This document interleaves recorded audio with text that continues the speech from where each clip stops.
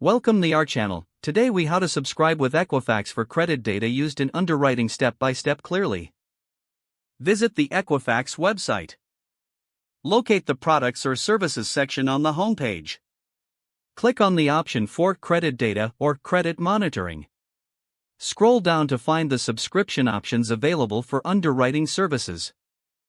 Choose the plan that best fits your needs.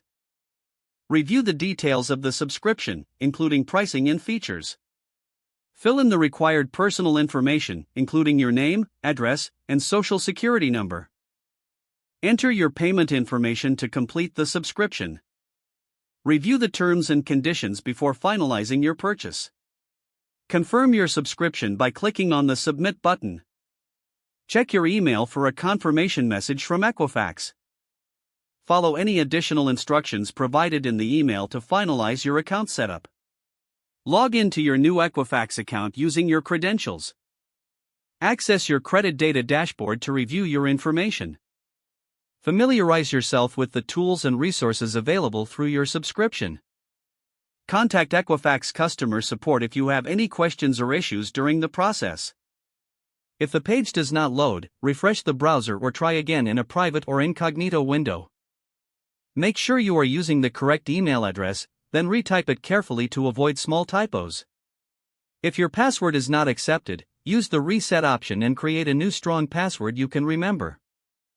Check your spam folder for verification or security emails, then complete any requested confirmation steps. Enable two-factor authentication if available to improve account security and reduce unauthorized access risk. After signing in, review your profile details so your contact information and settings are accurate and current. If you see an error message, note it down and try again after restarting your device and internet connection. Log out when you finish, especially on shared devices, to keep your account and payment information secure.